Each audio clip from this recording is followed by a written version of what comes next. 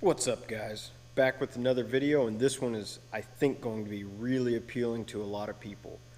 So there's a lot of guys that are really interested in importing a CNC fiber laser, and we went back and forth whether or not we wanted a water jet or if we wanted a laser. We ended up getting a laser. I almost said settling, but I don't feel like we settled at all. But we got a fiber laser from Gary Ramsey. We imported a Prima, and we did go ahead and get an IPG power source on it. We'll kind of go into that a little bit later maybe. But man, I have been so excited about this. We actually ordered it back in May, and it just came in, so it does take a while, but it was well worth the wait. So what we're going to do in this video is we're going to kind of go over some of the things that concerned me when it came in shipping wise, how that actually ended up playing out. And I also want to show you guys a couple of the cuts that we've actually already done, and I want to show you guys a live cut. I do have a file that I think would be kind of cool to cut. I don't know how well it's going to work because it is super detailed and really fine, but we're going to take a look and see what we can do. So let's take a walk around the machine.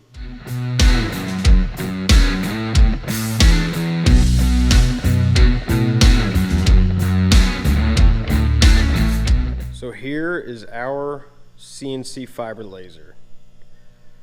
We got a 3015, which is about 5 foot by 10 foot cut area. We got a 2 kilowatt power source. Gary was saying that he thought it came with the 3 kilowatt head. Now, excuse the mess, we just finished setting it up yesterday, but man, this thing has been amazing. It does leak a little bit of oil. The oiler doesn't stay on because I don't run the roto phase all the time, and so when you reprogram it and then shut it off and turn it back on, it doesn't seem to be saving the settings. So that's going to take a little messing with. Man, this thing is huge. So it is right around 16.5 feet long with everything on it.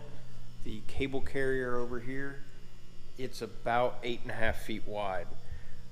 We've got in the very far back there by the fan, that is our rotary phase converter. It's a 40 horsepower. I put it on the weldment and added the panel above it. Down on the floor in front of the fan is a transformer to go from 243 phase up to 380, because this is a Chinese machine.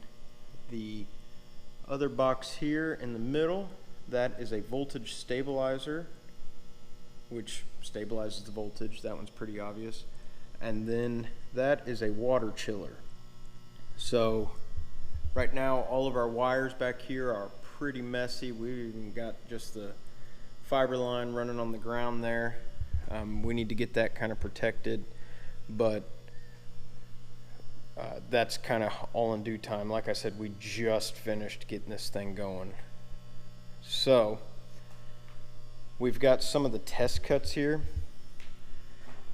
This is some 1/2-inch plate that we cut. Now this isn't even the final one. This one is, if I'm not mistaken. It's kind of hard to tell, which is good. There is no cleanup on these. This is just stuff I had on the shelf that I ran for whatever job. Man, it was very impressive. But then check this out. This is something we never could have dreamed of doing on the plasma table, but it gets even better. Now, I will say that there's a little bit of dross on this in one place, and it's so thin that when I put a micro tab on it, it did bend it a little bit, but that's okay. So that, like those pieces there, these guys here, those are cool. but I don't really foresee them being too useful for us. This is mostly what I was excited about. So this is 1/4-inch plate, and the bolt that is in here is a 1/4-inch bolt. Let's see if I can illustrate just how tight of a fit that is. I mean, it's incredible. This is what I wanted. This edge quality is excellent, but these holes are just amazing. That is what I wanted out of a laser. So we got everything that we needed. We had some issues shipping. There's no doubt about it. If you look here, we're missing that front left piece. We're missing a piece down below, which we actually have. That's not too torn up. And then there's a panel on the side here that's not on, and another corner piece. So the right corner piece is still usable. The panel on the side is usable, but the bracket that held it on got destroyed, so we have a new one of those coming. But they replaced all of that. What they're not going to replace is these big panels here. So this one here got damaged really quite a bit in shipping. And then this back here as well. But to me, it's not the end of the world, especially at the back of the machine.